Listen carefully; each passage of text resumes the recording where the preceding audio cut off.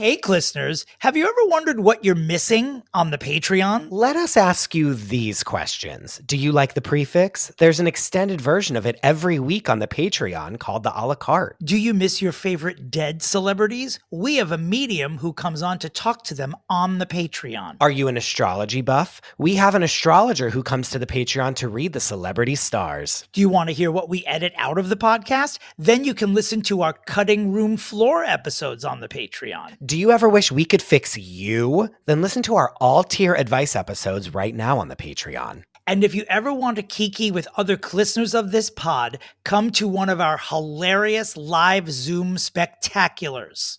Still not convinced? No problem. Head on over to patreon.com/fixingfamouspeople to listen to an example episode of each of these. Absolutely free. See you on Patreon. Where's Shelly? If your dog could talk, they'd beg for Ollie. The full-body tail wag, the excited little hops, the big goofy grin, that's the Ollie effect. Ollie delivers clean, fresh nutrition in 5 drool-worthy flavors, even for the pickiest eaters. Made in U.S. kitchens with highest quality human-grade ingredients, Ollie's food contains no fillers, no preservatives, just real food. With 5 protein-packed recipes like fresh beef with sweet potatoes or fresh turkey with blueberries, even the pickiest eaters can't resist. You might think, dang, my dog eats better than I do. And that's probably true when it comes to Ollie. Dogs deserve the best, and that means fresh, healthy food. Head to ollie.com/Wondery. Tell them all about your dog and use code WONDERY to get 60% off your welcome kit when you subscribe today. Plus, they offer a happiness guarantee on the first box, so if you're not completely satisfied, you'll get your money back. That's OLLIE.com/Wondery and enter code WONDERY to get 60% off your first box. This is Fixing Famous People, the podcast where 2 reality television producers pitch solutions to save celebrities in dire straits. But first, let's get to the Pre-Fixe, your weekly pop culture roundup. Listeners, it is September 24th. Welcome to the first all-international edition. Clinternational. Of Fixing Famous People. Chris is on a job in Toronto, is how I believe it's pronounced. And I am with my parents on their retirement vacation in Italia. So this is the first time neither of us have been on American soil, and cannot think of a better week for that to happen. Yeah, truly. How many people are texting or DMing you saying, so are you just going to not come back now? I'm like... Toronto's feeling pretty great. I'm not going to lie. How is your job going, which we will not discuss until it airs? It's going good. It's going good. We're getting through it. When you work in television, it's like you're like prepping and you're doing all this stuff and you're like, oh my God, and we're planning and blah, blah. And then you get to a point and you're just like, okay, now it's time to just do it. And you just do it. And that's what it is. Mm-hmm. And that's what we're in Toronto? We're in the doing it phase, and I'm loving Toronto. I'm having so much fun. This weekend, Aaron Bagwell, the Buffalo Medium, our friend Lauren, are both going to come visit Katie and I, and we're going to have a nice little romp of a weekend. Oh, that sounds delightful. Yeah, good for you. If I'm allowed to like leave the house and not have like mountains of work to do, we're gonna do it up. So watch. And this how long space. are you there again? We will watch. We don't know. We don't know. I could leave in a week. I could leave in 2. We're unclear. Wow. Yeah. Interesting. Okay. An open-ended gig. That's television. Yeah, it sure is. Speaking of you and your work in television, I watched Project Runway, which was the last thing that you worked on. Yes. And we don't, for anyone who's monitoring Christopher's NDAs, we really don't discuss the things that are happening in his job. Like if we don't discuss it here, we don't discuss it offline either. And to see my former colleague, Tyra Louise Banks, pop up on that television program, I don't know how you kept it to yourself. What were your interactions with Tyra Louise? Dominick, she came down and ate with the crew, went through the catering line for only judge on the show to do so. Kate went through the catering line and was in that outfit the whole time. and was great. And we took a photo with her. We said, Tyra, we're the producers. Can we please take a picture with you? And she was That's like, fantastic. absolutely. Took a picture with us. I've been so busy. I haven't even posted anything. I haven't posted any of the Wicked photos that I took. We That I've didn't been even this discuss secret that Wicked I've been Week on keeping Project for Runway. months. That we did a Wicked challenge where I got to see and illegally touch the garments that will be worn in Wicked : for good. Speaking of Wicked : just kidding. I did not like her Josephine Baker wig, number one. That's the first. I mean, I love Tyra. Not I didn't like her immediately wig. giving notes.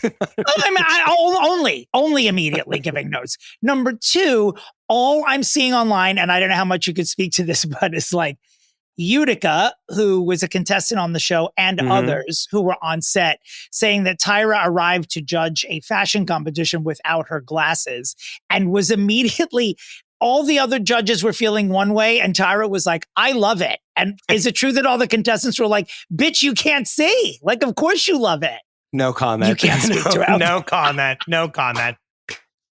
Dominic, Seeing Law Roach, though. I'm going to do what no celebrity does anymore and say no comment. Anyway, go ahead, Law Roach. Law Roach reenact her America's Top Model moment. We were all rooting for you. And Tyra not feeling it, apparently. Not liking it at all. That was definitely the moment of the week. But happy to see you interacting with my former colleagues. Did she mention me at all? No, I didn't know. I didn't have the time to bring you up and be like, do you remember a very short, strange man that did your warm up whenever? Do you remember a man who consistently hugged you just so he could touch the back of your $10,000 wig? Yeah. And if that wig was $10,000 in 2008, can you imagine what it would cost now? No, but Dominic, I mean, it was great. And I know that it might be the first time that I've asked someone for a photo ever. Like, I never take pictures with anyone. I never take, especially if I'm working with them, like they're there and I'm here. And I never do, until it's like me and Dorinda and Sonia and Luann and Ramona and us just doing whatever. I don't do that, but we got a photo and I'm living my life. She is a tall, statuesque woman. Oh, she's so tall and so she's a glamazon. Yeah, she's beautiful. She is truly beautiful. When God saw, or Moses saw God's face and had to look away. That was what she's so beautiful in person. Oh my God. She did talk about her ice cream line. Okay, now I'm done talking about her. Now I've given the woman enough airtime. But speaking of God, and I'm jumping ahead here, I'm pleased to announce for the billions of you who DM'd me about Cher showing up at the Hollywood Bowl during Cyndi Lauper's nights there, that concert with Cher appearing with Cyndi Lauper will be shown October 5th on CBS, which I think is a network that we're not boycotting. I'm really honestly not sure, but it will be on CBS. I certainly won't be boycotting anything that night as part of a Cyndi Lauper Grammy tribute. So for those of you who weren't there, which was everyone but the few thousand people that fit in the Hollywood Bowl, that will be on CBS. Dominic, speaking of God. Yeah. And our Lord and Savior, Jesus, Francesca Louise Christ. You mean Cher or the guy from the cross? No, the place that you're, the homeland that you're, not really the homeland, but the Jesus, place that most honors Jesus Christ. How is Italy? Oh, I have been to more churches in the past week than I have in the 50 years prior to that, except for the one where I was an altar boy. It's great. My parents have never been here before. I've been several times, which is sort of stunning that my folks have never been here because my dad's more Italian than people in Italy. And they're having a wonderful time. Going through this with them and watching them see things in Italy for the first time is wonderful because it's you've been here many times. It's a wonderful, it's just such a beautiful everything place about it. Yeah. And it's great. And my parents are in bed no later than 8:30 in the evening, which is when it's when this bitch comes alive, honey. I know. I'm not friendly, but I am social. So I do like to go out and bring them back and do things there. And it's been quite a treat. Love it. I will say that when you're in Italy and you're oh, it's 9 o'clock and everything's done. You know what I mean? That's oh, and everything, it's kind of over. There's something nice about that. Versus the hellscape we live in all the time where we're oh, it's 3 o'clock in the morning. I can still keep drinking. And we're going until burning the midnight oil, as they say. Yeah. Well, not everything's done at 9:00. Those apps Yeah, sure. still work. Okay. Yeah. I'm sure that they do. I'm sure Giggity, that giggity, or gaggity, as they say. You are a monster. But everything's good. You haven't murdered each other yet? Because as the first thing you put up where it was you guys all fighting, I just wrote, none of you will survive this vacation. We're getting close. We have the day off today because we have to do the podcast, and then I have to finish dotting all the I's on the holiday tour, which, yes, I will eventually announce. So we're taking a day off from each other, but we've been fine. Everything's been good. It is truly just the three of us. Yeah, I know. All the time. No siblings, no children, just the three of us. How was seeing J-Lo? I was having J-Lo greet you at one of your hotels. I don't even know why I didn't bring it. We check into this hotel in Milan, a 5-star hotel, I might add, where you wouldn't expect to see anything corny. And you go into the lobby, and at the reception desk on the wall is a 2x4 foot. Actually, make that 3x5 foot photo. No, it was that of Jennifer Lynn Lopez. Yeah, it was fucking gigantic. Like, what the fuck is a photo of Jennifer Lopez randomly doing on the wall of this, greeting people as they walk in?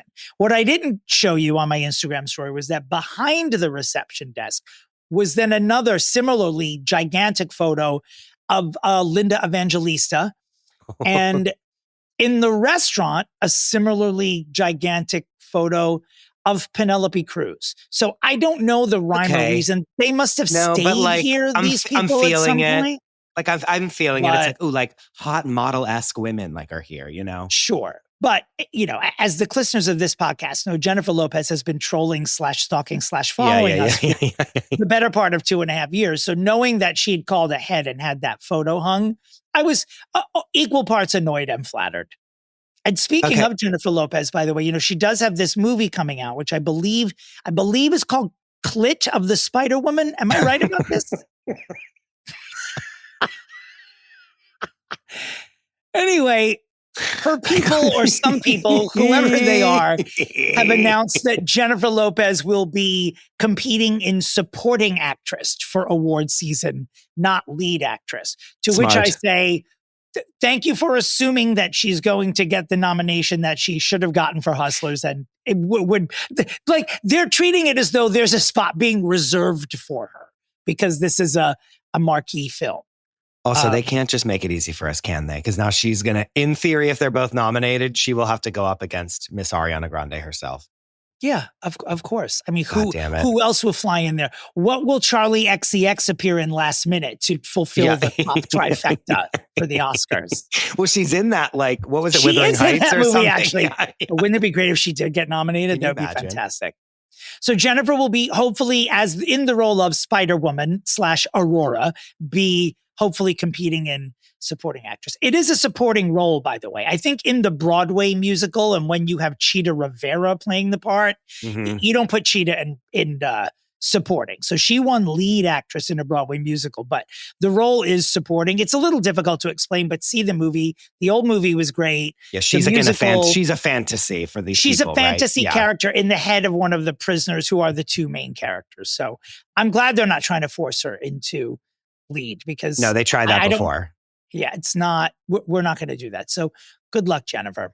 Really quickly, not only will Rebecca Bregman signed up for the like it was like some Producers Guild like screening of Clit of the Spider Woman, as you called it. Clit of the Spider Woman. So will we be seeing it early? Yes, we will be. But also, I just wanted to find out what Let's Get Loud in Italian was. And it's actually Facciamo Rumore. That sounds dirty. I love that. So Facciamo Rumore. And that's all. Continue. I'm gonna scream that at the front desk of the hotel I'm staying in every morning when my mother goes down and asks for the iron. My mother has ironed every day that she has been in this nation.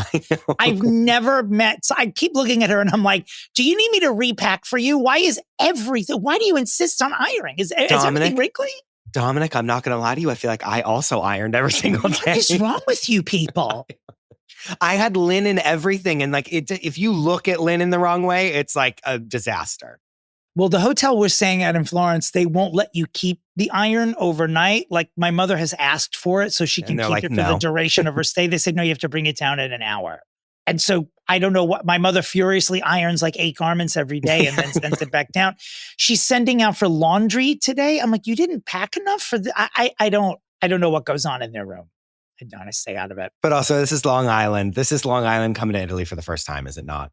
Also, yeah, it is, but also pack an iron, Long Island. Pack a travel iron. I know you. I'll have one. I'll send your mom a link. I'm going to send your mom a link.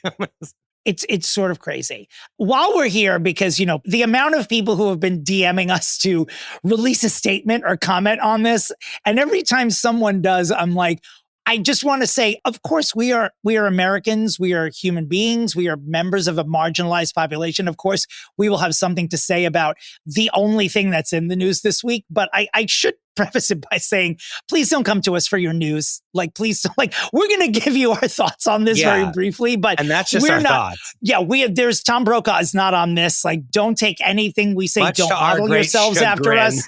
Yeah, we are not fact-based. We are a gossip pod. We have to, we're still going to comment on it. Obviously, Jimmy Kimmel, at the time of us recording this Pre-Fixe, is returning to television tonight. So you hear this on Wednesday, but we record this on Tuesday. So we will not be able to hop on the mic after Jimmy hops back on his. So if anything you're hearing is outdated, we apologize. But yeah, I mean, I don't know. Are we supposed to? I think people want to hear us say, yes, we're advocates for free speech. Yeah, we think suspending the show was a mistake. We think it's idiotic. We think everything that you're all doing to combat this is wonderful, and it's worked. It's nice. They'll turn right around and do the exact, they'll flip which on, is exactly on a dime what when that wallet's getting hit, period. Yeah, you did a good job. At the time of us recording this, reportedly 500,000 people have canceled Disney Plus. The Disney stock, as of this morning, when I checked, was down by 7%. And coincidentally, as all this happens, Jimmy's going back on the air. Great. He's not going to be on all of the stations, the Sinclair-owned stations, which are 38 ABC affiliates. They want to see what he says tonight before they decide whether or not he'll go back on. Again, if this is old news, we apologize.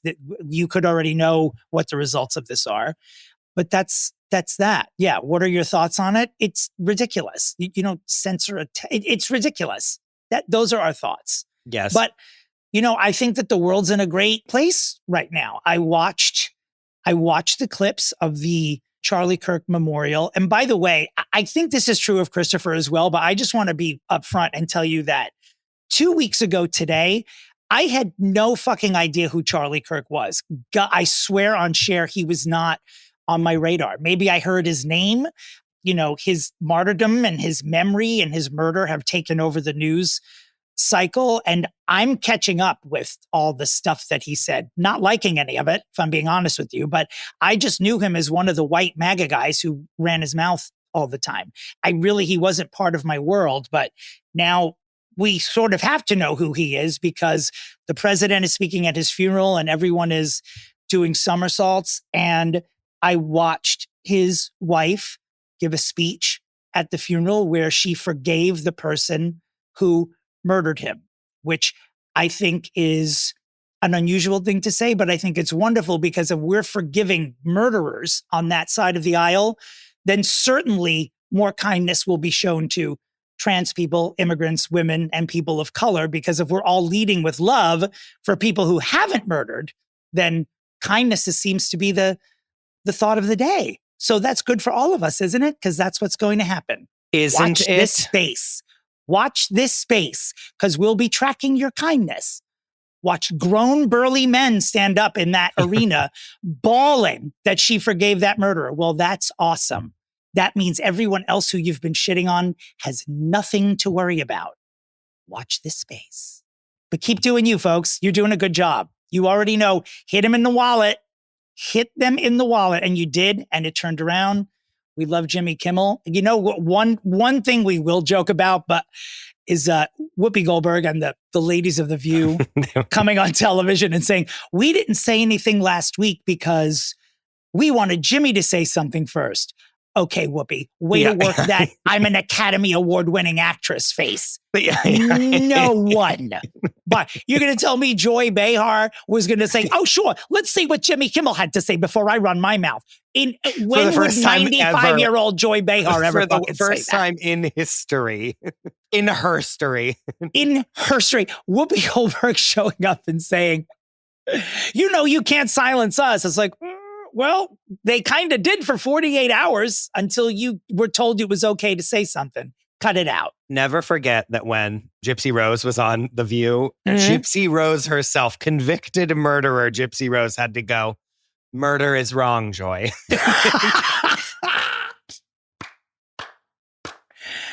And the child shall lead them.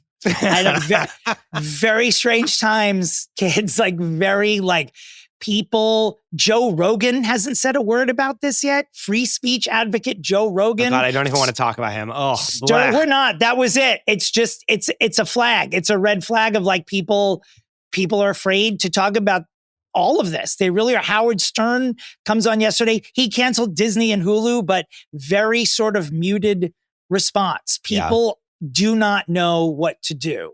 But we do, so you can just come here. Don't come here for your news and views, but you can just come here for us being honest about how we feel.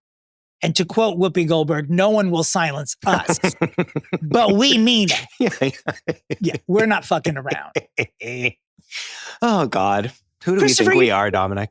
Anyway. Well, I know who we are. No, I know. We're the smartest faggots in media. That's who we are. Oh, God. Okay, go ahead. So this Taylor Swift secret move, there's some sort of thing happening in select theaters related to the life of a showgirl, the release party. There's something happening in theaters. I don't know exactly what it is, but it's happening in the first week or the first 2 weeks of October. It seems as though when the album arrives on Friday, October 3rd, a film will be in select theaters from October 3rd to October 5th. So I don't know if that's a weekend. If it's not, prepare for your children to skip school. The fire that burns inside the Swifties, she just takes gasoline and just pours it all over that fire, doesn't she? Yeah. Well, here's exactly what's going to happen. She times it out well. She's an expert. Yeah, she times it out. Like she's been gone for a minute and then she got engaged and then another minute and now onslaught. Here's what's going to happen. It's going to be like you watching the visual album, like in the theater, like all together. Like in some of the theaters, she's going to show up and be like, hi. And they're all going to like fucking like fall on the ground. And then she'll be like, I hope you guys like the thing, blah, blah, blah. And then like leave. That's 100%. After she'll step over fainted bodies in order to do so if she were able to show herself in public.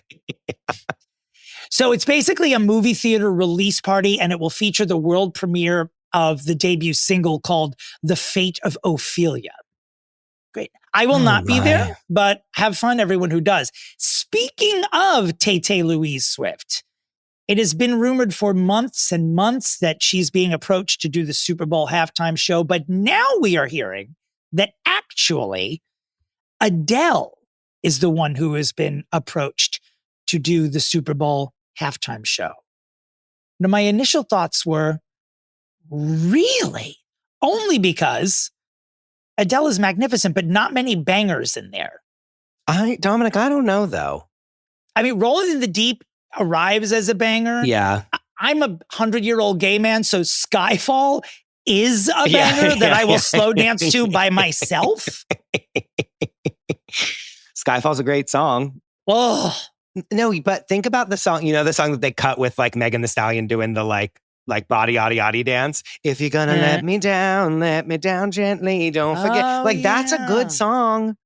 I don't hate it. I love it. No, I love Adele. I'm just worried about like the audience saying like she's not American because this seems to be truly the year of America. And I'm surprised that they're asking someone who's not American to do it and sort of a slower. I think they're hoping that she's a safe-ish artist, but I don't know. Adele's got a mouth and she's not shy. So she could make a statement at the Super Bowl that might piss people off. Who knows? But also she'll be like, hi babes, I'm here. Maybe she'll announce a pregnancy there like Rihanna did a couple of years ago. Yeah, maybe. Adele's been wanting to have a child. But no, I can see it. And like if she has someone that's like more dancey, like to come in and do like a 2 songs while she changes an outfit. You know what I mean? It's got to be like Adele meets Diplo, and there's some sort of like 1,000 beats per minute version of Hello. Yeah. Who are the kids? What are the DJs the kids are listening to? I don't even know. Pauly D? I have no idea.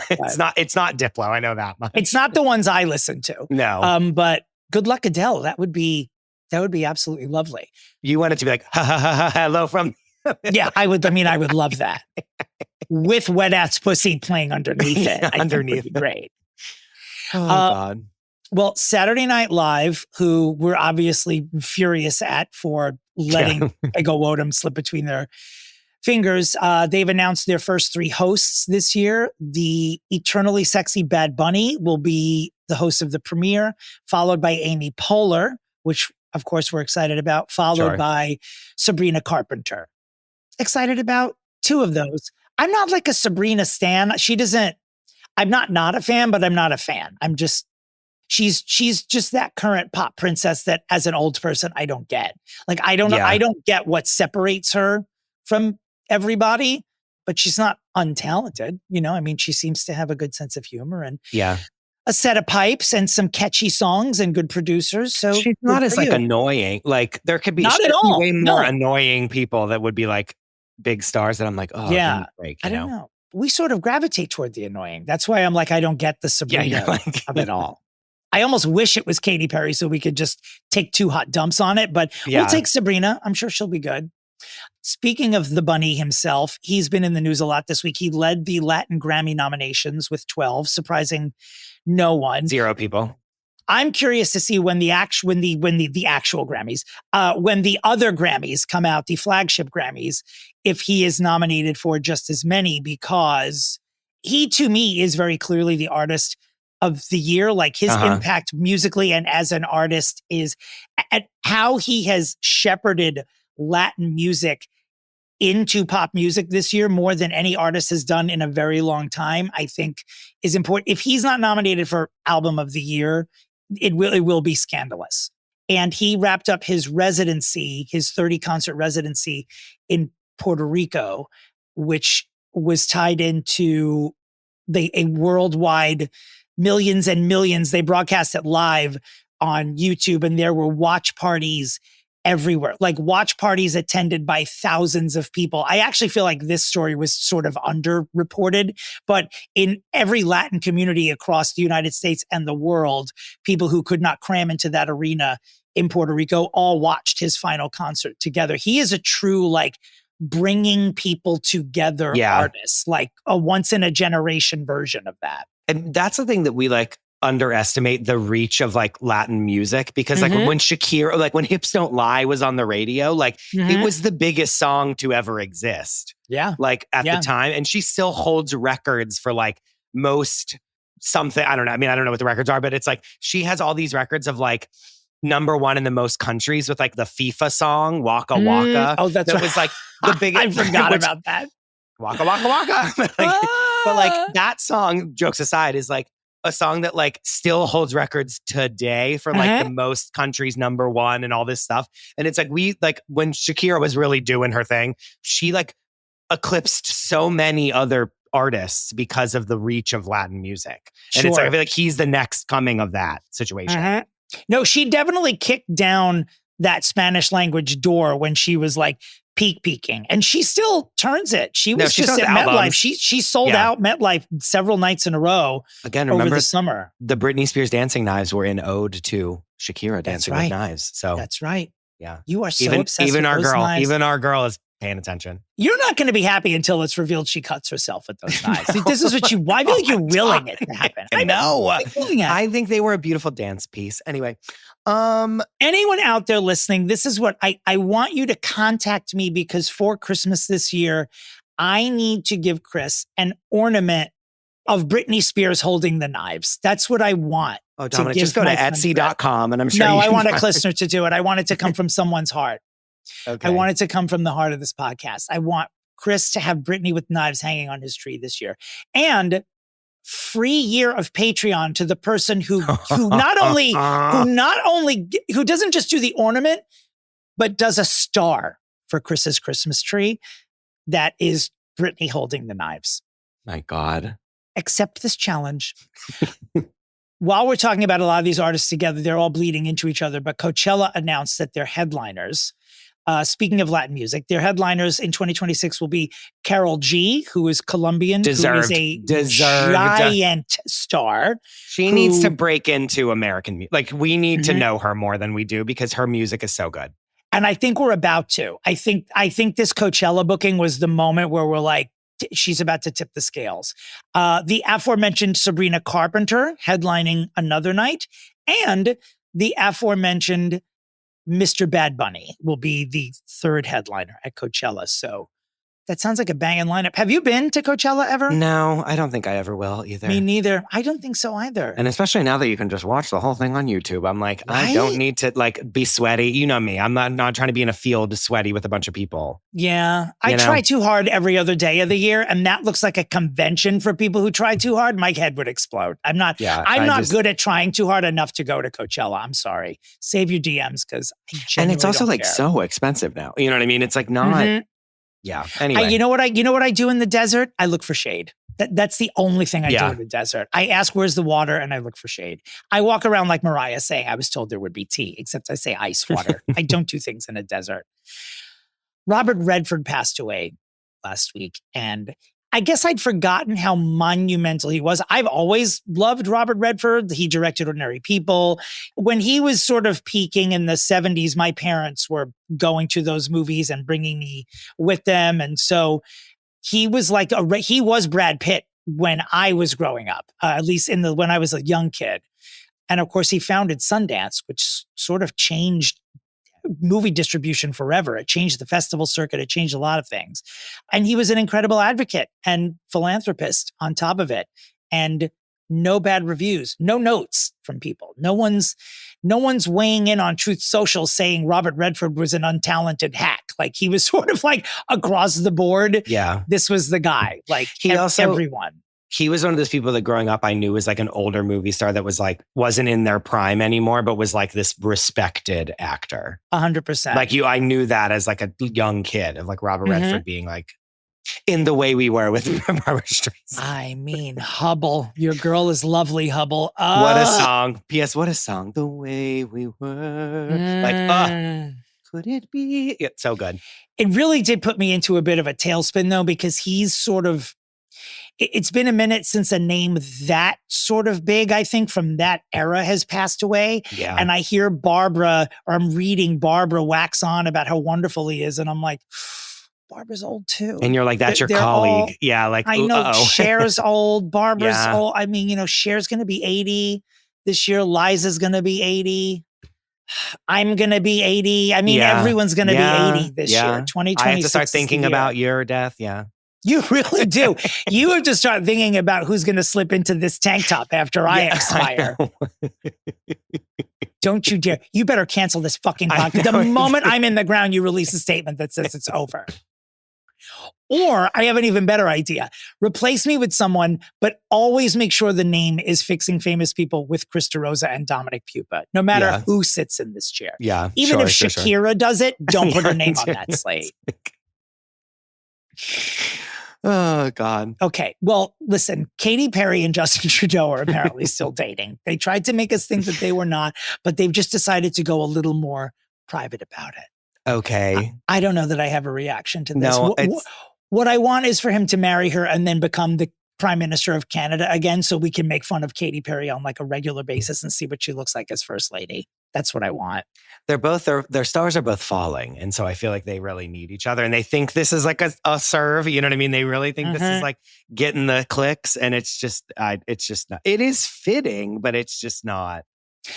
I love it in a devious way. I want them to still be together so we can just talk about No, like for us. Yeah. Like if Justin Trudeau breaks up with her, I want her to start dating Charlie Sheen. I just want this to go on and on. Oh my God. All forever. Dominic, speaking of. Did you finally watch it? I watched the documentary. It was good. The book, oh my God. What a slog is all I'm going to say. Really? The documentary was way more efficient. Succinct? Yeah, succinct. I'm like, what are the words? And then stopped and was not succinct with my words. Like very succinct, whereas like the book he'll go on forever and he's like waxing on about like when I was in Platoon and he's like telling all these stories. And I'm like, okay, anyway, get to Denise Richards, and then, but that's like a flash in the pan compared to, but oh my God, no remorse, by the way, from this man. Can we say that? Like not a wink of like him being like in the book, he doesn't reflect once. And I recap the whole thing on Glamorous Trash. I'm guest hosting this week, and it just came out yesterday if you're listening on Wednesday. So if you want to hear all my thoughts, you can go there and listen. And if you want to hear my thoughts, listen to Kate Casey's podcast last week where I did the same thing, but not about the book, about the documentary. Why? Because only one of the hosts of this show knows how to read. So head over to those two sister podcasts or mother podcasts. Leah Michelle? I am the Leah Michelle of this podcast. Did you see that they have the things up on the stage doors for chess? That she's going to be in that play. And it's like her looking to the side and it's like her trying to read the title of the musical. No. I have to find it and send it to you. But it's someone like, not her trying to read the like the words on the door. And it's so funny. Oh my God. Oh, God. I love that. I have tickets to chess. I have tickets to Ragtime. I have tickets to Drew Drogi's Messy White Gaze. What do we have to buy tickets to? Jane Krakowski and Oh Mary. Yes, in Oh Mary. If there's any tickets left. I know. Because Jinx Monsoon is finishing soon, and then she comes in. Jinx has got like a week left. Yeah, we need to buy. Get on that. Yeah. I'm not trying to be controversial yet again. My besties and I also have tickets to Queen of Versailles starring Kristen Chenoweth. And on the group chat, they're like, what are we supposed to do? I'm like, just go. I don't know. I'm like, can we just go? Like, I don't understand why the other side is like trashing trans people, immigrants, women, and people of color. And our side is just trashing Kristen Chenoweth. It just seems like a waste of time. I don't care what Broadway's most frightening forehead. I don't care what she does in the ballot box. Not frightening forehead. It is. It is. I don't want to belittle it. I mean, I know people are influential. I just don't think anyone is listening to Kristen Chenoweth politically. I just think they're like, just go. I think what they should be listening to is whatever she did to her hairline, don't do that. That's it. That's the only advice I would take from her. I don't give a shit who she feels bad about. Moving right along, Prince Harry, Harold Schmuckers III, which people loved that we called him that last week. They're like they're all into HS3 at this moment. Not HS3.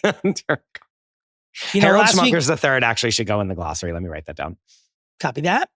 Harold Schmuckers III met with his father, the King. You heard of him. Supposedly it was emotional. Things looked like they were better. This week, nothing's changed. The meeting was fine. Dad and son love each other. He's not getting any protection. Apparently, there was talk of Harry asking if he could be like maybe a part-time royal again, and the answer was no. Yeah, he's like, here's my routing number. Like, can you, like, what's up? Like, what's up? And Charles was like, what's a routing number? Yeah. He's like, and money? I don't know what that is. Then King Charles said, here's my routing number, took Harry's book out of his pocket and smacked him in the face with it. There's my routing number, son. Tell Meg I said hello. Sorry, Harry. I mean, if you're looking for shit to do, get a job. You know where I live. I've messaged you many times. He hasn't get a job. Still waiting on him to go to that, either the Chick-fil-A in Temecula where Shelley is or the Buca de Beppo that you and Hassan keep talking about. Buca de Beppo. Okay, let's do a Britney watch. Go ahead, let's just do it. Because I'm getting tired of doing these. God. And the New York Post can rot in hell. Do it one more time because it might be the last time we do it. Okay. Britney watch. Oh, baby, hi, y'all. Yes, it was lame because I'm getting tired. Every week, the entire internet says we're worried about Britney. Here's this week's headline from the New York Post, and I quote, Britney Spears is home alone, fragile, and refusing help. Can anybody get through to her? Oh. P.S. Same. Well, I'm here to tell you that nobody can get through to Chris DeRosa, so stop that. Same. But Britney, she doesn't want anyone to get through to her. She wants you to leave her alone. So just again, leave her alone. This is Jamie texting her, being like, hey, can you give me some money? And she's like, go literally choke and die. And he's like, so then he calls the Post and says, she's fragile. Can someone help her? Yeah. And by help her, I mean, can someone get her routing number so I can get that money. Yeah. Sorry, you were going to say something. I cut you off. No, I can't. How is her dad even still alive? Wasn't he like... He has one leg now. He has his leg amputated. I thought he was much closer to death than just a simple amputation. I thought that he was like in big trouble. I mean, he probably is. I mean, he's been an alcoholic her entire life. So like, he's not, the epitome of health. But I'm just trying to follow through on Wendy Williams. When she said death to all of them, which we're going on 11, 12 years now, want to make sure that wish for her is fulfilled. The evilness really just keeps him alive, doesn't it? The abusing my famous daughter, that really does imbue like longevity. Speaking of Wendy Williams, if there were to be a queen of New York Fashion Week this year, it would be Wendy Louise Williams, looking not great. Identical to the old Wendy, but pretty fucking fantastic. No, but like way better than these scary ass photos that she's putting on her Instagram that are like clearly not her putting them up. Mm-hmm. And not just at Fashion Week, front row Fashion Week, red carpeting at Fashion Week, getting paparazzi'd at Fashion Week, like as though she is still in the prime and she's looking good. I'm still waiting. There's got to be an announcement coming. There's got to be a project coming. I think it's legal. She's in that legal battle now with the Lifetime documentary. So it's like, you think she can't work? I think she's just like trying to get that paper. Like she's trying to get her affairs in order legally before she's like going out on a limb, which I actually respect from a legal like from like a business standpoint. Like she's like trying to get her side of the street like cleaned up, which she needs to do. But like, again, we want her to just like come back and do Wendy Williams, which will never happen ever. But like, she's trying to get her affairs in order, which I respect. And like many celebrities don't do that. They just soldier on through like all of the drama of it all. And I feel like she's not doing that, which I am the old Wendy's gone too. Like we can't hope for her to, she's been through some trauma, physically, emotionally, all of it. So that old, like sharp as a tack Wendy is not there anymore, but she's sharp enough that she'll break skin. For sure. Like that you could see her in there still. I'd love for her to do a podcast or something. I'm not trying to like mini fix her now, but just, I want to hear from her. Right. I want her to weigh in on the stuff weigh in on, Back in the day, I was like, just get an Instagram and like go live on Instagram every once in a while and like talk about what's going on. Like do what we're doing right now, basically. Like that could be something. But I suspect that speaking of distribution and putting people on the air, I'm nervous that I don't think anyone wants to put her on the air because she'll like uncover bodies and she'll like, we'll finally understand what happened that took her off the show. And I don't think anyone wants that to come to light. It's probably Kevin. I mean, he's not just sitting on a golf course. Like her ex-husband is like monitoring her every move. But also it's just like the show of it all and like her just being disappeared from it and then it being all these guest hosts and then it's ending and then Sherry Shepherd like there was stuff that went down that like I want to find out one day, but like they're going to try as like hard as possible for us to never find out. All right. Well, you heard it here first, listeners, from the mouth of Chris DeRosa, just said Sherry Shepherd poisoned Wendy Williams. Heard it only on this podcast. That's a direct quote. Oh God. And if you need an uplift today, guys, just go and listen or watch Wendy Williams on The Masked Singer. Just because it was the best thing of all time. That's all.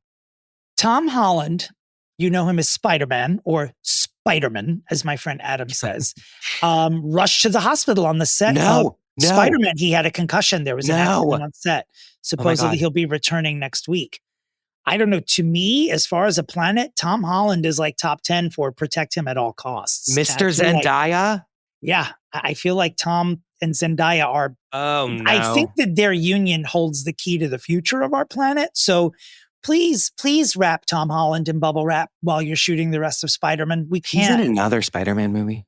They're really still doing that. Sorry, that's so mean. I think that's even the title of the next one. It was like Long Way Home, then On the Way Home. And I think this one's called Spider-Man. Go the fuck home already. Yeah, like, is there a home? Question mark. Spider-Man, Tom, is there be a careful. home? Spider-Man's colon. Oh, God, don't distract me. Okay, so James Vanderbeek, and this is not good. There was a Dawson's Creek reunion coming up, and James Vanderbeek is too ill to attend.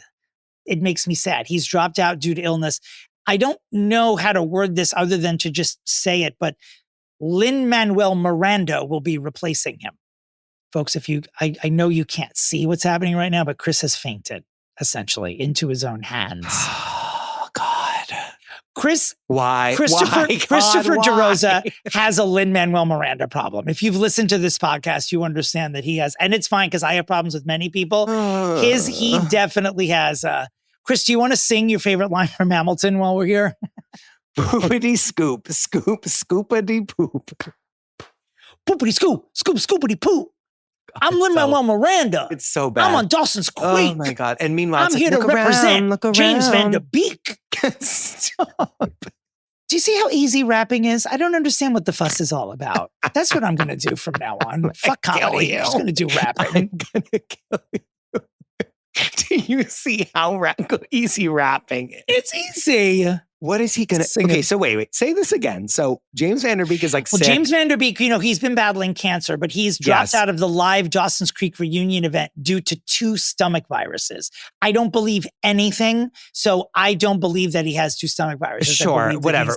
But regardless, he's not in it anymore. So instead of... He's not. So instead of just not having him there and just being like, here's all the other characters, it's going to be Lin Manuel Miranda being like, I'm James Vanderbeek. Is that what I'm to understand? Well, I'm going to clarify this for you, and you're not going to like it. Lin Manuel Miranda will be replacing James Vanderbeek for the one night only live reading of the pilot script of Dawson's Creek, and Lin Manuel will play Dawson. This is even worse. This is even worse. I mean, if they're going to do that, they should just replace all of them and just have just don't do it. Or just have it be I don't even know anyone else. Instead of Michelle Williams, have Destiny's Child Michelle Williams do that part.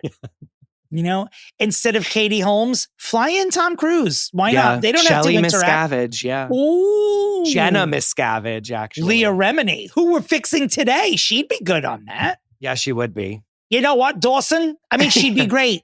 She'd be absolutely She'd be like, great. I'm climbing through your window, okay? I'm on the ladder. I'm climbing through your window. I can't move these curtains. My nails. I can't move these curtains. J-Lo?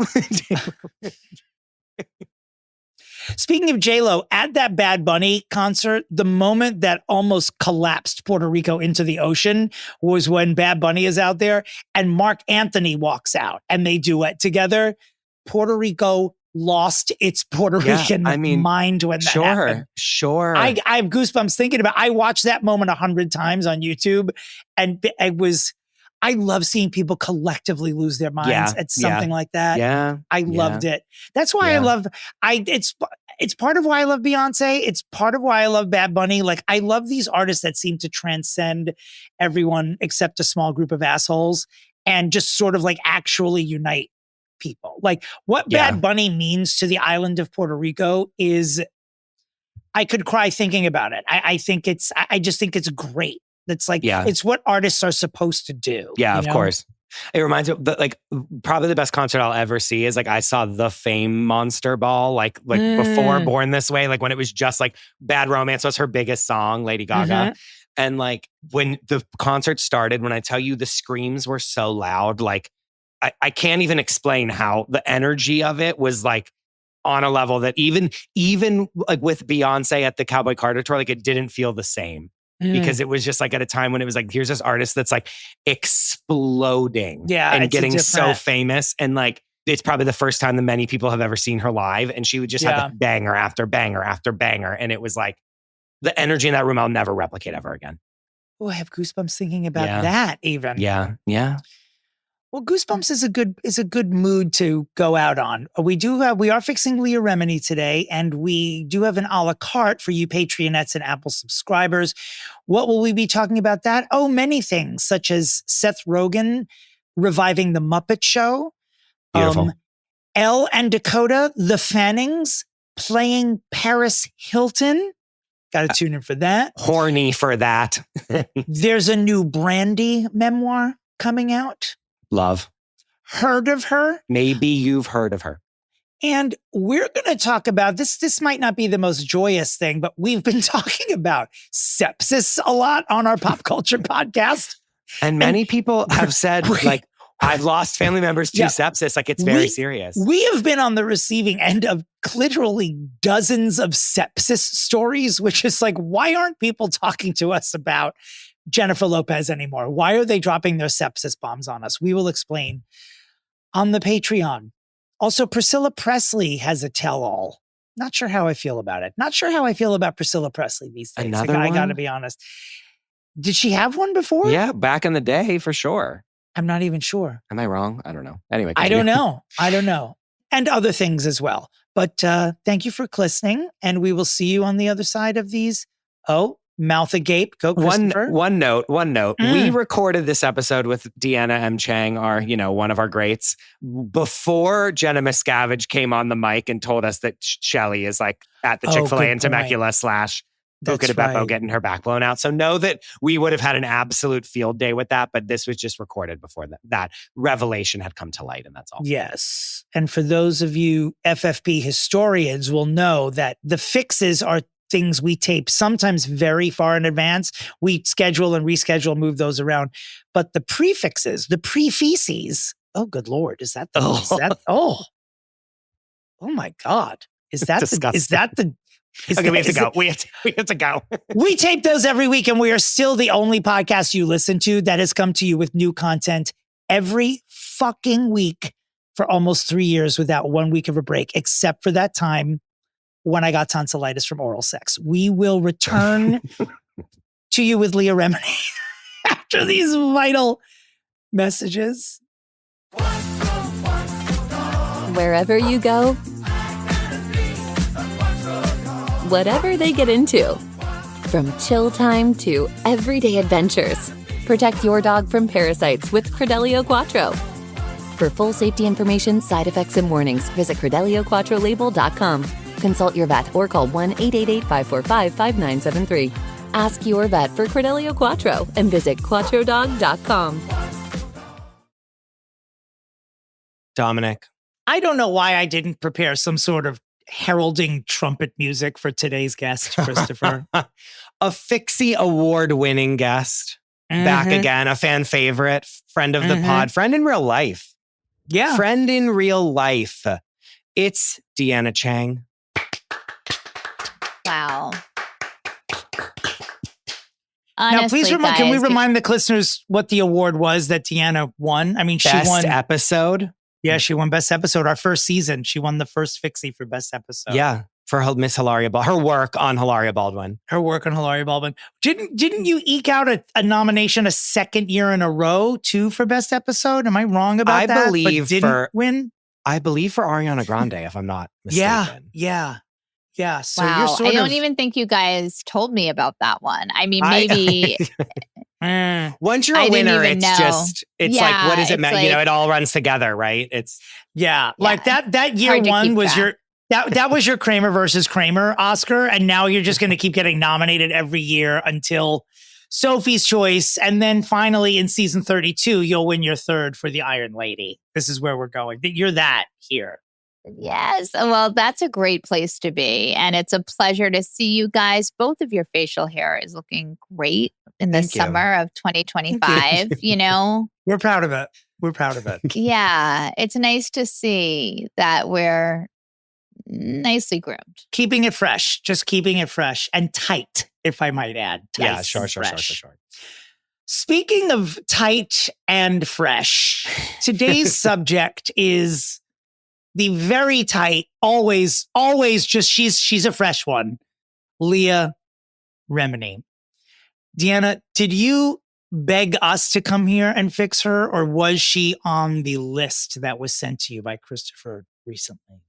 She was on the list, and I just took a gander on the list, and it's like, God, I love her so much. And I feel like this is the second time. When we did Gwen Stefani, I have so much love for Gwen as well. And I'm like, what are we fixing? But then when you start to look into it, you go, well, there's things to fix. There just are. Yes. Thank you for bringing that up, Deanna, because each broadcast, Christopher ends with, give it to us, Chris. Where's Shelly? Goodbye. referring, of course, to Queen of Scientology, Shelley Miscavige, who has not been seen now in, I believe, more than 10 years, was a dear friend of the person we are trying to fix today. And of course, Leah's connection with Scientology, we're going to talk about in oodles and oodles. So she is Leah is sort of in the DNA of our podcast. And she's also, I loved doing the 45 seconds of research this week because she's one of these people, and this has been happening more and more lately on the podcast, where we fix someone and I'm like, wow, you've been in our lives for a long time in places that I forgot and didn't even know. I've been in the same room with you and I didn't know you were fucking there. Leah Remini. The same pop culture room, by the way, not like the same restroom. It's not even going to be that good of a story. But before we dive deep, let's do our middle name game at the top of the broadcast. We have our guest and Christopher guess what the middle name is of the person that we are trying to fix. Leah and Remini are her first and last name from birth. She was born June 15th, 1970. She's 55 years of age and a Gemini. She was born in New York City, New York, specifically Brooklyn, New York. What is Leah Remini's middle name? And I don't normally say this. This is very gettable. I know. Very gettable. I'm between two and I know one of them is right. Take your time. So it's not Conchita. No. It could be. I will poker face until the end of this. Okay. I will not. There will be no hints. Oh, God. I'm hiding my whole face with my mic. It feels like that has to be Marie. You know, when he says very gettable, that's where I land. Okay. But I believe it's Carmen. Carmen is a great guess. I don't think that that's right. Okay. I'm going to take my second inference of my second intuition just telling me that it is Jean. But if he says it's Renee, I'm going to just leave the podcast. Oh. Well, wait, hold on. Let's think for once. I'm guessing Jean. Chris. Okay. Hold on 1 second. Let's just talk it out. Let's breathe it out for a second before we rush. We have to start putting video of these contests up every week because just the facials and the earnestness that Chris and the guest give this while I'm sitting here grabbing my balls, trying not to laugh, cry, or react to anything is something you guys should see. We're going to start putting this part online. We have to. It's fun. Continue, Deanna. Apologies. Okay. I just want to talk it out. She's from Brooklyn. She's an Italian girl. She's from the neighborhood. She's of the neighborhood. Yeah, Leah Renee. She is the neighborhood. She's the neighborhood. So I just want to say, yes, Renee feels right. But is Renee Italian or French? It's French, but Italians are, But is Leah Italian? No. Is Leah short for something? May I make it complicated and give you some more information about her ancestry? Perhaps this will make it easier or not. Leah's mother is of Austrian Jewish descent, while her father has Italian ancestry rooted in Sicily. And if there's any sort of question about the Italian-ness, I will now tell you Leah Remini was raised not just in Brooklyn, but in Bensonhurst, Brooklyn. Yeah, sure. She's about that life. She was. I guessed Jean, and I'm going to stick with it. Leah Jean Remini. But it's going to be Renee. I'm staying. Are you sticking with Carmen? With Carmen, yeah. Carmen is a good, Neither of you are correct. Yeah. But one of you is going to swallow a whole bottle of pills after this. Leah Marie Remini. Deanna. That's my middle name. So short. No. God damn it. Yeah, Deanna Marie Cheng. Damn it. No. God damn it. We were right there. Great efforts. Here we are. Leah Marie Remini. To me personally, because hard to sit with. Sorry. Hard to sit with. Forward. Yeah, I know. I see it. I see it, Deanna. Right. It's hard. I want to flip a keyboard. I'm not okay.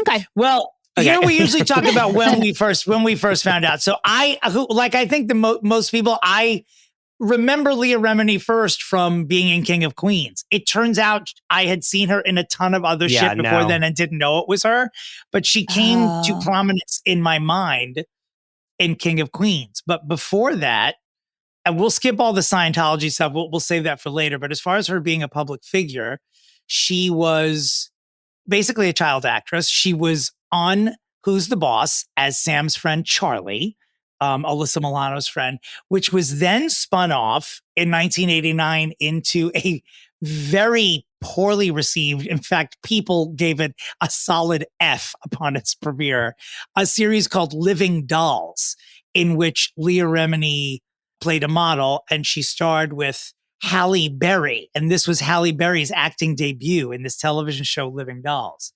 Even more fun fact, Halle Berry replaced Vivica Fox, who was in the pilot. Leah Remini is tied to so much like 80s and 90s Hollywood history. It's bizarre. It only lasted for one season. Then I totally forgot that she appeared on several episodes of Saved by the Bell. As Stacey Carosi, the daughter, what was it? The Malibu Sands Ocean, whatever the fuck it was. And they all worked what was there. It? Yeah. It was like the Malibu Sands Beach Club and all the kids worked there. And she was the daughter of the owner. And I think, well, I don't want to say fucked, but they were she like dated Zach. Wasn't that part? She was one of his girlfriends for a little bit. Now, Chris, do you have that? Because I feel like Dominick, you and I are like, she came up with us in these guest starring spots, you know. Without my knowing who the hell she was, by the way. See, I did know. Interesting. And why? Because she really resonated to me as different. Her attitude, her delivery is just next level. And I just thought she was so natural and specific. And I would just clock her on all these shows. And I loved her. I thought she was amazing. I was like, that's such a great actress. Yeah, because she also does, and I do believe that she's talented, but the baseline with her is she does Leah Remini very well. Like she's not just, she is the Brooklyn girl, but she's not every Brooklyn girl. Like there's a spice to her, but like, I don't want to say her version, but there's like something different about her as that Brooklyn girl who's, she's just compelling. She's just compelling to watch. And something that we all resonate with, which is like, this is like a broad in training. Know what I mean? Yeah. Like a broad. I get a lot of handography from Leah Remini too. I get a lot of handography, a lot of nailography. Like it's very Italian. It's very her, you know, I feel like she's got, not in a mean way, but she's got sort of, I feel like she has big hands and she talks with them and I'm always watching them. They act like wands to me. And it's fun to have like someone like her come into Saved by the Bell, which is like Whitey McWhitersons and then one other person. Do you know what I mean? Like it's like right. She was our ethnic actor, actually. Like that. Yeah, exactly. Truly. Like and she was like, and she's white as they come, but she still is like, it's something where it's like she was given like a flavor but up to like this blonde haired man that's like, you know, like, I don't know. There was something about her that I always, and even like when you go back in like little clips of like the stars when they were on like shows back in the day, she's always in them. And it's her being like, it's so clearly her. And you're like, oh my God, that's Leah Remini. Because it's like just her as a little, like what she is right now boiled down into like a little 15-year-old's body, which is fun. Right.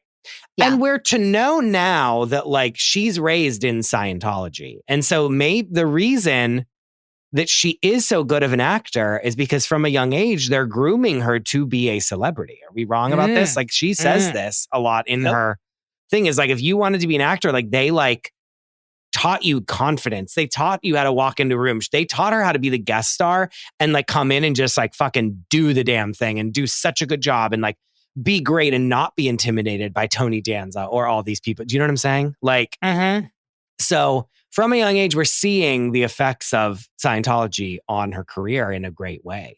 I agree with that because I was listening to an interview she did with Joe Rogan, which is phenomenal, by the way. Really? I mean, it is, their chemistry is insane and it's just a great interview.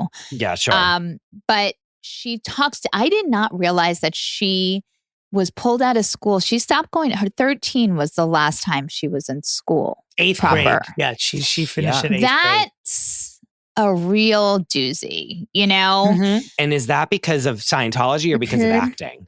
Both, it seems like. Sure. But I do think that you're learning Scientology when you're enrolled that early on, when you're indoctrinated as a child. Like she said, she went from having a dad who like didn't want to hear her speak. It was like, kids shouldn't, don't talk to me unless I talk to you kind of thing, to then being enrolled in Scientology with her stepdad and it being like, you are a chosen one. You are an elevated being and you've been chosen in this world to do great things and you're no longer a kid. You're an adult who's very, very special, who's going to save the world. So yeah, that's going to give you a different vibe when you walk into an audition, for sure. Yeah. For sure. 100%. 100. And then, Dominick, what happens next before King of Queens is where she becomes a household name. Are we, yes, no? Well, I think a household name, sure. But really, like all these jobs that we're talking about prior to King of Queens, she's working these jobs to pay a debt to Scientology for all of the auditing. Because I guess when they first joined Scientology, her and a sibling were part of the Sea Org, which is like is it it's almost like a military version of the cult. But then I guess her mother took them out of that after a year and they were civilian Scientologists, but she remained in LA and they were working basically to pay a debt to Scientology, which is just sort of like the very definition of a cult. Like I don't understand how hard it is to classify this it's all like organization classes at this point. Like it's all classes, you know what I mean? Because like at the end of the day, it's like, you're like, okay, to continue, you have to purchase this course, just like any pyramid scheme or multi-level marketing, anything. It's like, okay, you got to pay to play and then you work your way up the bridge. And if there is one person listening to this show that has not sat down and watched Going Clear on HBO Max, when I tell you there's not a better documentary to ever be had. When Shelley Miscavige did not show up at the wedding of Tom Cruise and Katie Holmes. Like this is a very long episodic, like seasons long story. You should watch the Leah Remini stuff on A&E as well. But basically she started asking like, why the fuck isn't Shelley here, the king of Scientology is getting, and was told that she did not have the, how dare you. It was how dare you. It was how dare you even ask. You don't have the rank to do that. Right. And so she had to file, let me look at these, the wiki page.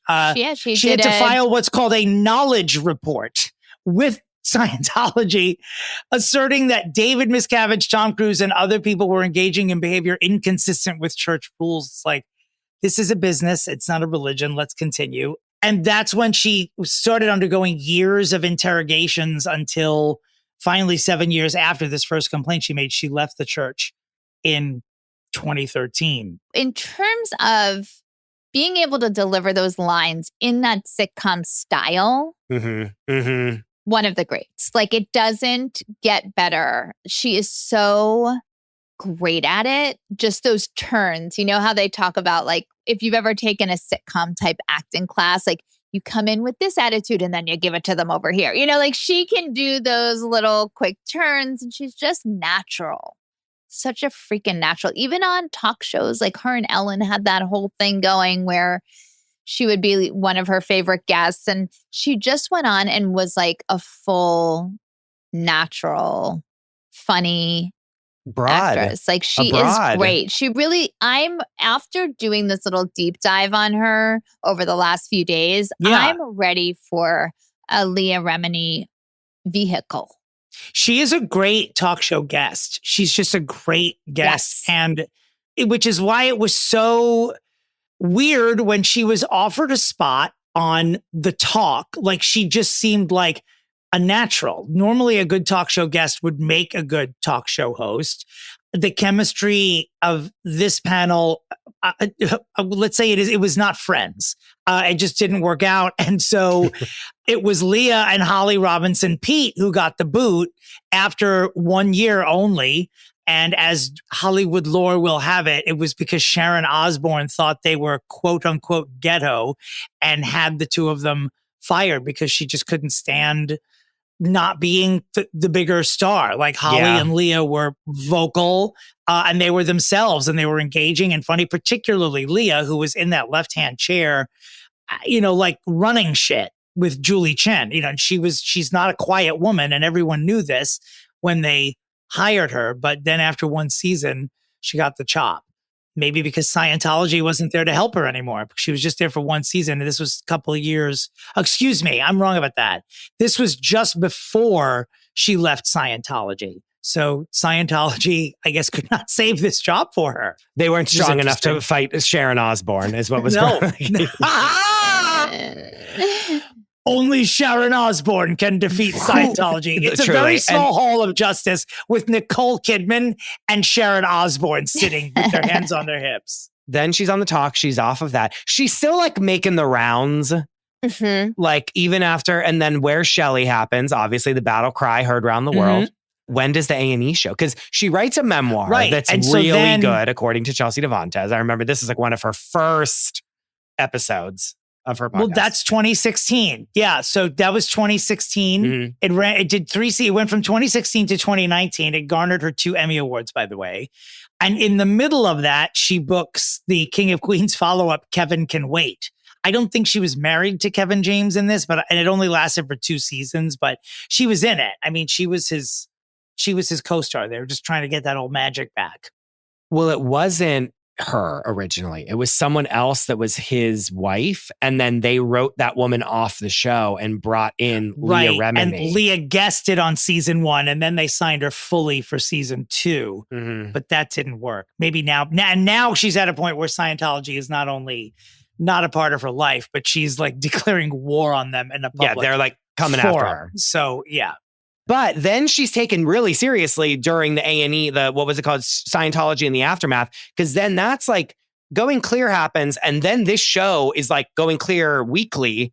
And so many people are then introduced to the horrors of what people have had to go through under Scientology. Firsthand from someone which is important. Yes. Like those CBS, that's like Charlie Sheen or Jim Parsons. This is the equivalent of that, like giving their experience. It's a household face for a decade on that show. And so in so many ways, there couldn't have been a more perfect person to do this, with Scientology, because she's already so relatable while still being a Scientologist, which is also very shocking to me because other Scientologists are not. I mean, they just have a sheen on them that I can best describe as like, they seem like AI versions of human beings, like Tom Cruise, like John Travolta. It's like all of them.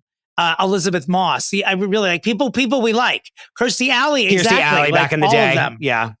All right. So the fact that she remains so relatable through all of this is really to her credit, I mean, she is an American hero, truly, because it is not an exaggeration to say that she has put her life at risk for the rest of her life by coming forward and saying all these things. 1,000,000%. She is at this moment in danger and will be until she is not because of what she has done. I hope that we are now not in danger. I know. I think we'll be okay. We'll be fine. I think we'll be okay. I mean, but then kind of nothing happened. I mean, that's it, right? Like since COVID, there hasn't really been like a ton of stuff going on with her. I mean, the most that we've spoken about her on our podcast is that after J-Lo and Ben Affleck split up, they have rekindled their friendship slowly and surely. And I don't even know if we talked about it on Fixing Famous People, but that she and her husband split up last year. They were together for quite some time. Yeah. 21 years. Wow. It's a long, it makes me very sad. Yeah. But and you know what's sad? You know what though?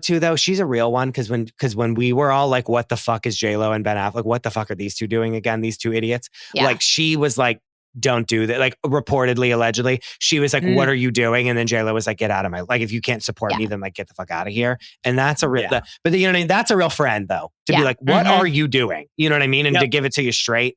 She's the Leah Remini we know on and off the screen, And then during COVID, the only work that I'm seeing is that she replaced Matthew Morrison as a judge on So You Think You Can Dance, and was hosting a show called Weird People Puzzler on the Game Show Network. But nothing major, that's for sure, since the Scientology show wrapped in 2019.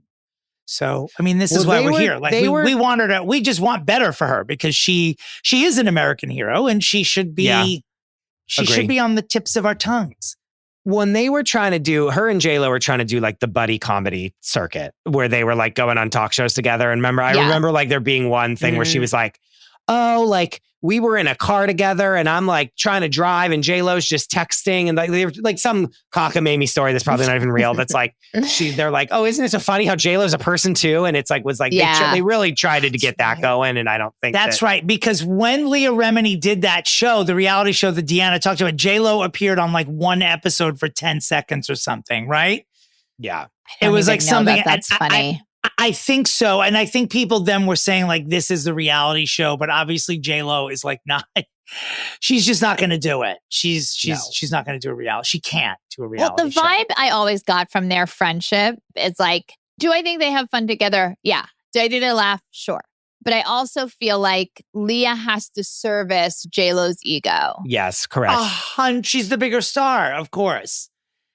But, there's, as we say, there's a J-Lo's the Mary and Leah Remini is very literally the Rhoda in that relationship. Even sounds like the original Rhoda, if you know what I'm talking about. Yeah. But that's always been that's always been that. Yeah. Well, she came out in her interview, I think about her divorce, and she was asked about her status with J-Lo, and that's all last year. But her homies that she is active with are Michelle Visage, which makes nothing but sense. She said they do an hour FaceTime every day.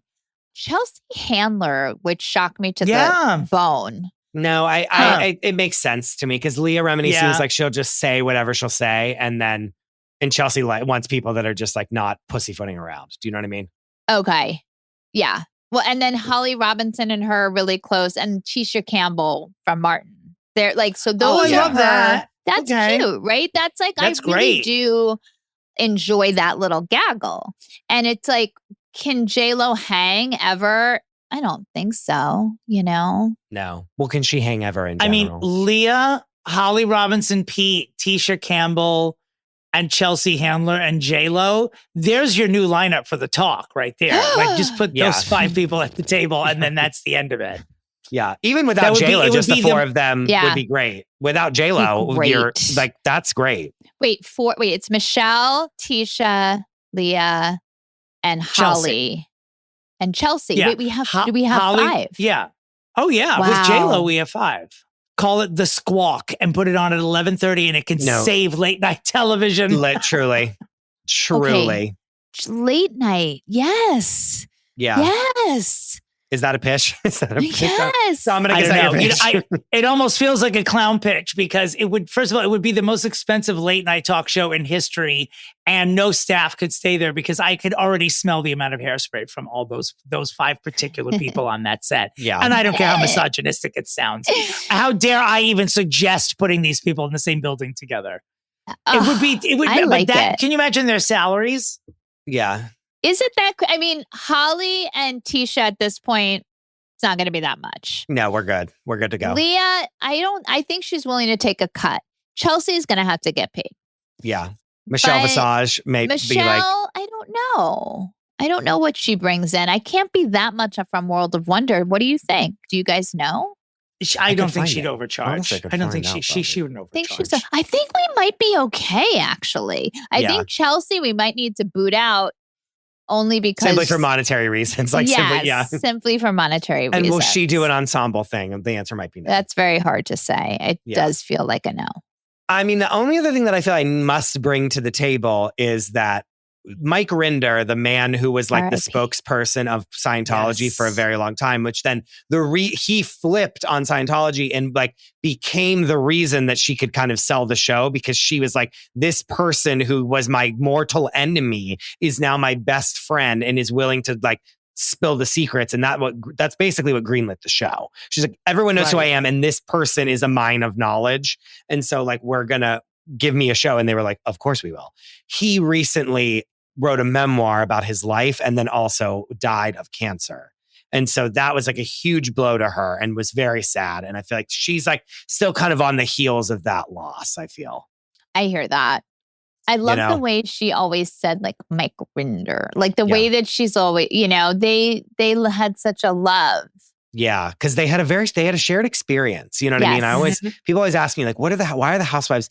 They don't like each other, blah, blah, blah. And I said, at the end of the day, there's only so many other people that have the same shared experience as them. And they're together. Even if they hate each other, they have a mutual something because of what they all went through together. And that's what I feel like they had together too. Yeah, you would see people on the A&E show who are former Scientologists literally shitting their pants to be in the same room with Mike Rinder because he formerly ruined their lives, Yes. And so now he's on the other side. You saw them just kind of like having to recalculate who they're dealing with. Yeah.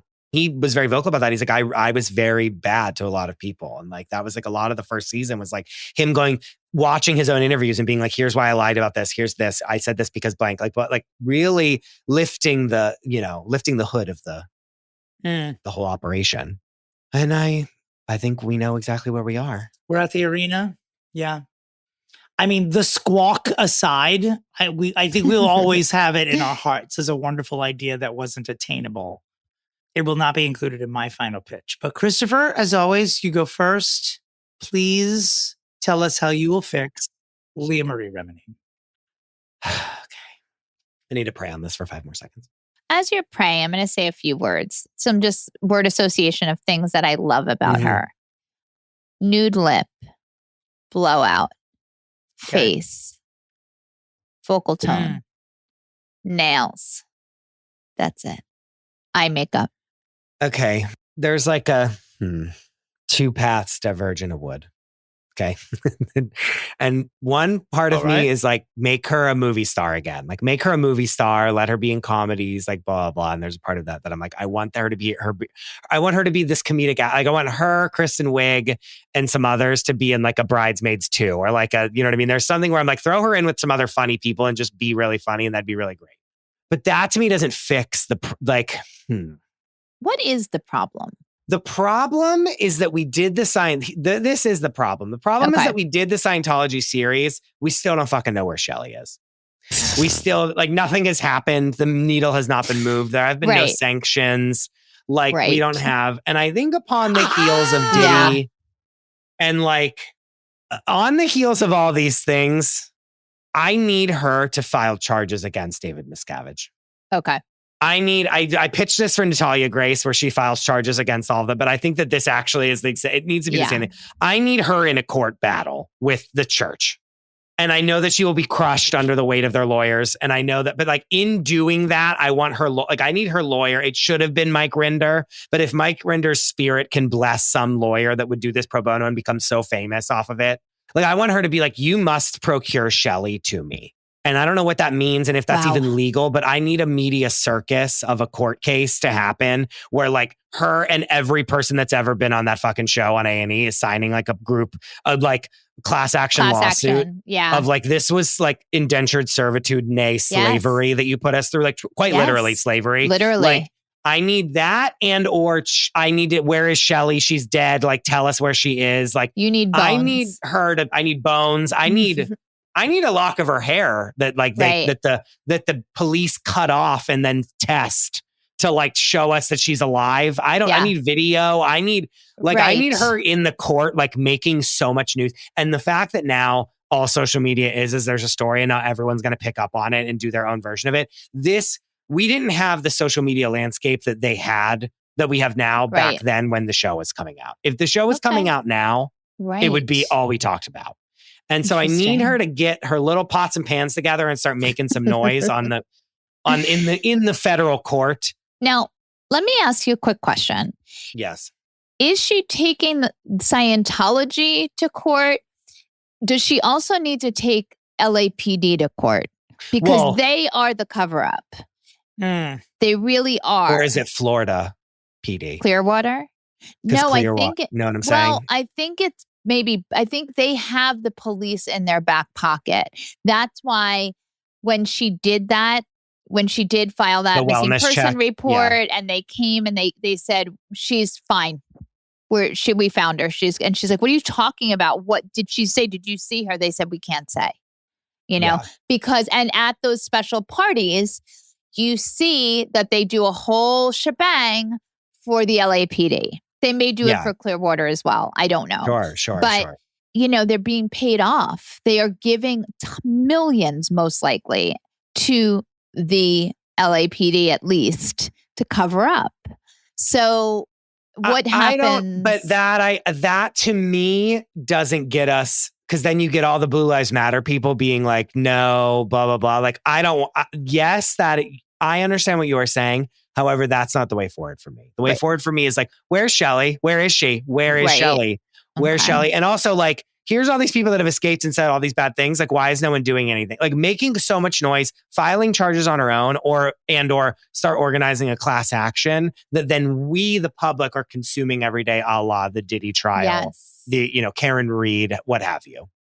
If we can get everyone that's right now so on the fumes of the Karen Reed trial on this, it's moving needles. Do you know what I'm saying? Like it's fumes. Yeah, the fumes are sort of dissipating, and people gone. They need some. We need blood in the water is what we need, and that's I want her to put blood back in the water. Is the first step turning over their tax exemption status so then you can go at them not as a religion? Maybe. When that show was coming out, it seemed very imminent. Like even Trump was like, should I look into Scientology? Like, I swear to God, I remember this happening and us being like, what? Like, even Trump was like, should I like look into Scientology of like, maybe this is bad? Like, and that one aspect would never happen because lawyers from every other possible religion in the United States would fight to make sure Scientology kept their status, because once it happens to one major organization, that will open the floodgates for the Catholic Church to be not tax exempt. Yeah, like sure. it's such a it does. It is. It's a much bigger issue because like one Scientology is not, it's not like one small local club. I mean, it is like a worldwide billion-dollar funded industry. And if the United States were to remove their tax exempt status, it would be the biggest time that it ever happened in our country's history. And it would open up activists to go after every other religion and put them in the same category. See, I don't know if that's true, Dominic. And I say that only because what year did they get that status? I feel like it's so new in the landscape of what religion is that you can say like, well, this is almost like if we made AA tax exempt. I don't know. Maybe they are tax exempt. I don't know. Like, but I mean, do you know what I'm saying? It's just like we took an organization and made it tax exempt, which is like almost, you could say, as bad for religion as taking this away, because it was done through a payoff. You know what I mean? Like I agree with you, but I also agree with Dominic, and I almost don't. That seems like an insurmountable pinnacle to climb. Whereas I want like, this happened to me and no one, and now I'm making a bunch of noise about it and I'm famous, so you're going to pay attention. And then it can snowball from there. Okay, but here's the thing. It's like, the Catholic Church is protected with all of their abuse because of the religion aspect. Sure, it's very, we're not Right. seeing the priests in fucking on trial anywhere. No, okay? Ever so we once. have to, never one time. So I do think because the money, right? I do think we have to remove that the religion so that we can fucking maul their bitch asses. Yeah, I agree with you, but I'm saying that I don't want. That's not my pitch. Okay. Get what I I'm saying? understand that. Now you're with us. Like now we're talking, and like we're no longer. Leah's no longer talking. Do you know what I'm saying? I understand that. So, but I'm saying like I want her to. I want the first. I just need the first snowflake to fall. Yeah. With then the avalanche will then come after. Get what I'm saying? But she is that first snowflake. She's the first pebble to hit the water. You know what I mean? To start the ripple. Yes, I do really agree with that idea that we've got all of our little internet sleuths and soldiers out there, and they're ready to be activated. And they haven't been in a minute, and they're feeling the about follower counts are going down. Yes. And you know what I'm saying? Like, we're not getting the engagement we had when we were showing the guy's body in the snow and the carrying and the tail light and the blah, blah, the whole thing. Yeah. So that's what I activate them through legal discourse. And that's my pitch. I like that. Dominic. Well, never in the history of the show have there been two opposite I can't. bitches. And I'm not even joking about this. Superman has reinvigorated cinema. It has given rebirth to the DC franchise. Without question, I want Leah Remini to be the new Catwoman. Period. End of pitch. That's it. Well, no, it's not it, Dominic. It is not it. That's it. No. That's it. Can't be it. Give her a franchise villain role is a rebirth. That's a career rebirth. Make her put her back in acting. I want her to be Leah Remini as Catwoman. I want to see the Leah Remini character in a sexy cat suit, verbally sparring with Bruce Wayne. That's what I want for the world. It's what I want for DC Comics. Deanna, That is my only thing. pitch, is that I want her to play Catwoman. Deanna, to be fair, you did do word association. You said nude lip. You said face. Did. You said you gave a lot of things that did. lend itself to Catwoman. So I did, and I showed up with this pitch today. If I'm being honest, normally I come up with them here, but as I was reading about her this morning, I'm like, she's sexy and should be Catwoman. Like, because 55 is as I've said for decades, 55 is the sexiest age of women, period. And just historically, Google the hottest people you know at the age of 55. They look the best at 55. Okay. I leave you with that, listeners. I will now. I know I'm going to lose. I know I'm going to lose this, but I'm comfortable with my pitch. Here's the thing, Dominic. Question. Okay, a couple leaps have to happen. One is Leah has never been a movie star. With love, I know we're pitching her to be a movie star, but she was never in the cinema. So I just am. That's a first leap. I feel we Deanna, have to. did you? If we could rewind and speak about the J-Lo star second act. Don't mean to correct you, but go on. None of us remembered. Straight to DVD.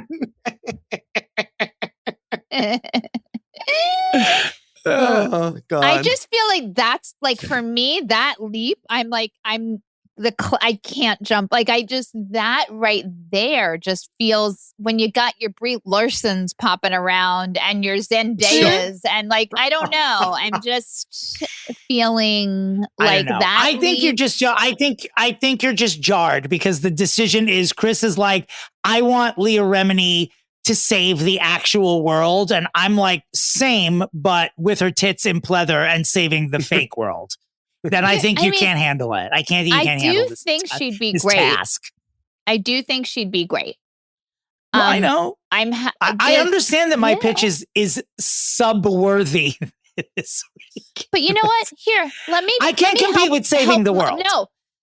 Listen to me. My head's also going to, who's the guy from Silicon Valley that then went into like Marvel type movies? Very funny actor, Indian, I believe. Kumail Nanjiani or whatever. Yeah. Oh, yeah. That's a TV actor who, if you said to me during Silicon Valley, I'm sorry, I'm just working on my own brain here. If you said to me, he's going to be like a Marvel type guy, I go, no. huh? That makes literally no sense to me. But so now I am getting there. I'd love her to have the job. I mean, I'm not going to lie, Sure. I would love her to have the job. Yeah. Yeah. So my options are Leah as Catwoman. Is that coming out? Is that something that's even brewing? Does it matter? No. Okay, great. Yeah, got it. There's a million Supermans and everything. Yeah. It doesn't matter. Again, yeah, what does it matter? Who cares? No, Superman it's the highest grossing movie of the year. DC Studios is back. It's a fresh franchise. They'll be casting all these roles if they're not already cast. And I am submitting Leah Remini for the role of Catwoman. And then we have get Leah Remini to take on the Church of Scientology in the courts and to activate the social medias, bang the pots and pans and get them moving and shaking. Yeah. Yep. God damn it. What is better for Which would your kids enjoy more, Deanna? How can we have... Which would your children enjoy more? Just think of that. Be a mom here. Come on, bring it forward. So I'm wondering what's best for Leah in her career right now. I know I've done the show before. Sorry, I'm working on it. We're talking it out and buying time. I think the most possible path for her in this sexist society that we live in under Trump's administration does feel like Chris's pitch. Because the leap to Marvel for her, like the onboarding, I don't know. They're the same thing to me. Like I'll never know. I will never know. And I never want to know. That's not my world. Don't do that to these fans. I can't. I don't care. Like that. The fact that many Supermans and are even, I'm like I hate She just gave the Italian brush of the There was a Bafangul just happened. Yeah, I have to because I'm like, and I can't get a good season of And Just Like That. Like, are you fucking kidding me? Yeah, period. I just can't believe it. I can't believe it. I really can't. No. Well, Christopher, congratulations. It's such a fraught win. Yeah. Oh God, another whirlwind in the books is what this is. Another whirlwind. I'll take this win. I mean, I think she does need to get back out there because the people would be marching for her in a way that we haven't been doing. Well, you also deserve the win.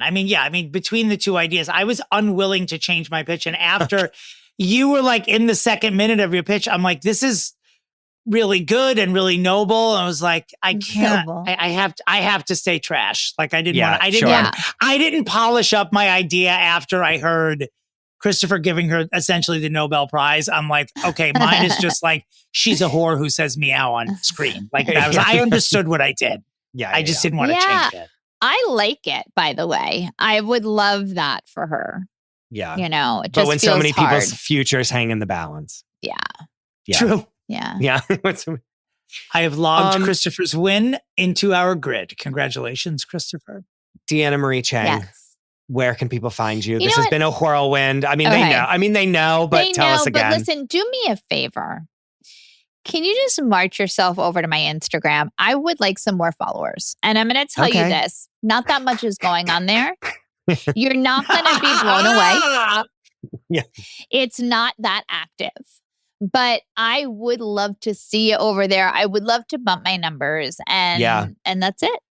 Yeah. Guys, oh my God. Have you discussed, I know you went on Kate Casey and did Bachelor in Paradise. Yes. Did you see the Goldens hit the beach? No, because I didn't have 17 million years. I fast forwarded through one whole episode. They didn't even get there. I'm gonna get there. Let me tell you something. They're there now.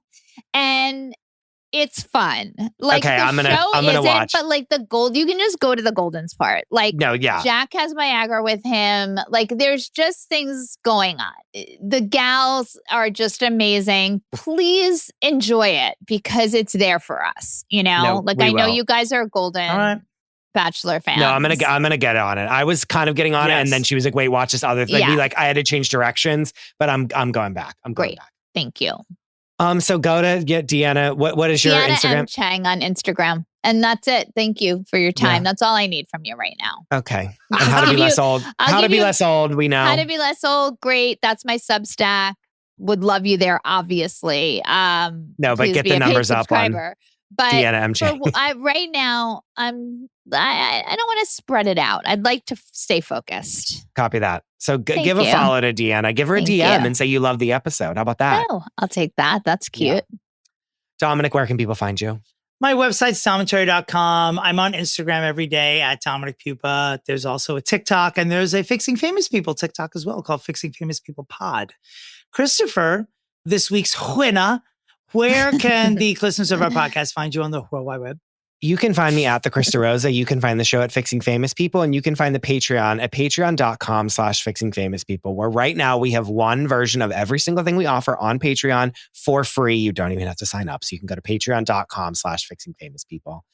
I wish you both well. And as always, especially now, more than ever, where's Shelley? Shelley.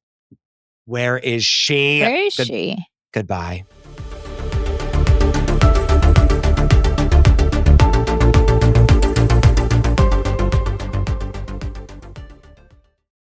Not great with finances? That's okay. Experian is your big financial friend. Explore credit card offers. Some labeled no ding decline, which means if you're not approved, they won't hurt your credit scores. See Experian.com for details. Applying for no ding decline cards won't hurt your credit scores if you aren't initially approved. 2025 Experian.